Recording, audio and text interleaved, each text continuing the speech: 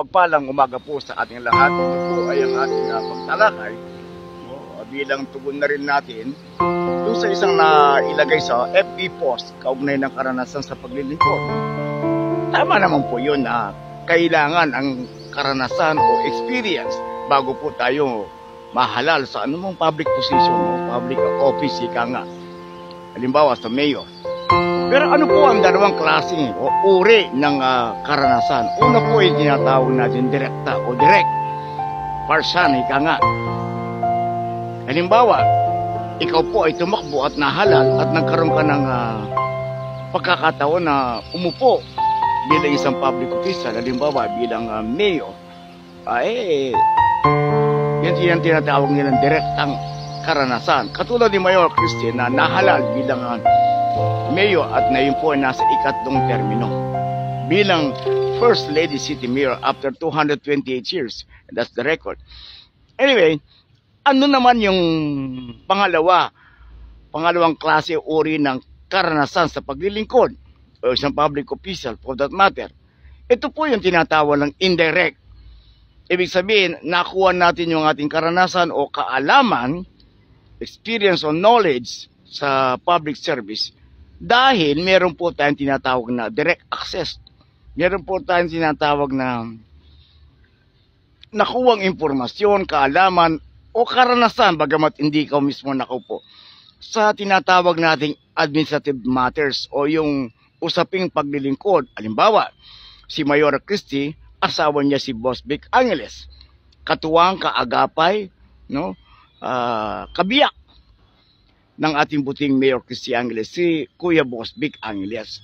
So therefore, bilang asawa niya, pagbukas pa lang po ng maraan ng umaga, bisan hanggang gabi na yan, nagkakaroon lang po ng interval dahil siyempre papasok sa sitio ko si Mayor, pero pag uwi, aabutan na naman si Kuya Vic. At normally, nagkakaroon po ng tinatawag na couple discussion o marital discussion o pagsangkuni sa lahat ng mga usapin sa city government o sa usapin tinatawag na panunungkulan. Doon po yung napapag-usapan. Kaya nga po ito si Kuya Vic bilang katuwang niya, bilang asawa niya, todo suporta siya. Siya nga po ang naglalakad sa mga congressman, sa mga senador para makakuha po ng tinatawag na fund support para po sa ating mga proyekto katulad po ng gymnatorium, ng Tarlac City Government Hospital, ng dialysis center, at iba't ibang infrastruktura o mga tinatawag na multipurpose building, ang mga infrastructure tulad ng daan, no, yung mga flood drainage control, saka yung pag-ikayat sa naglalaki ang multinational corporations o industrial giant tulad ng Ayala, Pilmico, ng Aboitiz, no?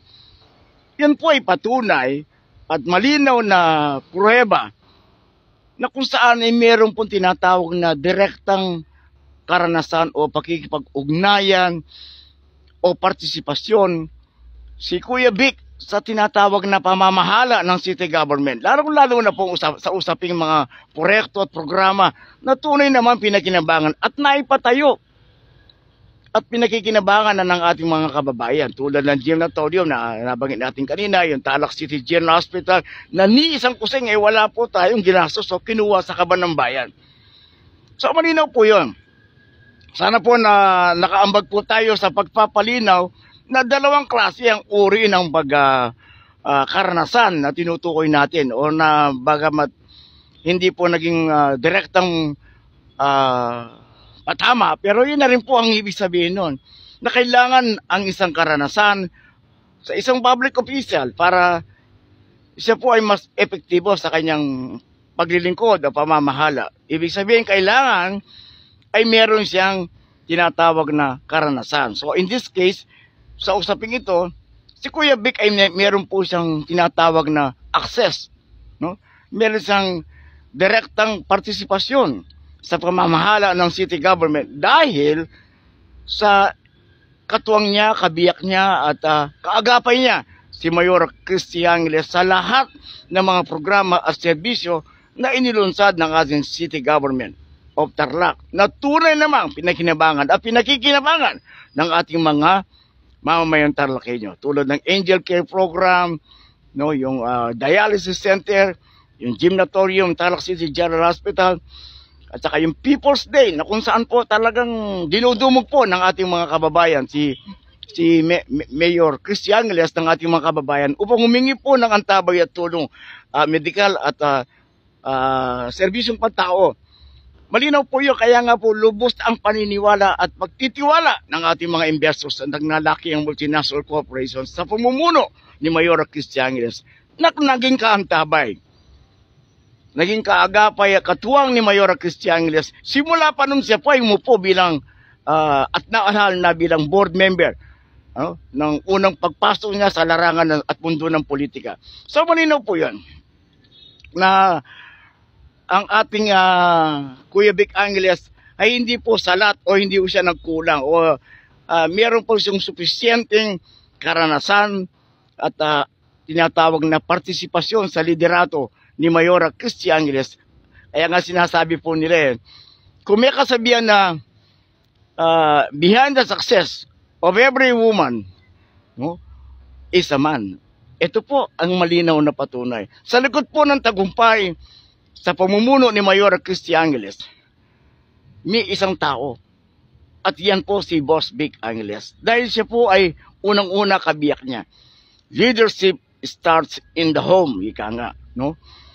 Katuwang niya, kaantabay niya, kaagapay niya sa pagsusulong ng kaunlaran at pagpapaangat sa kabuhayan ng ating bawat mamamayang Tarlakenyo. With that, maraming salamat po sa inyong pagsubaybay at pagtangkilik sa ating FB page.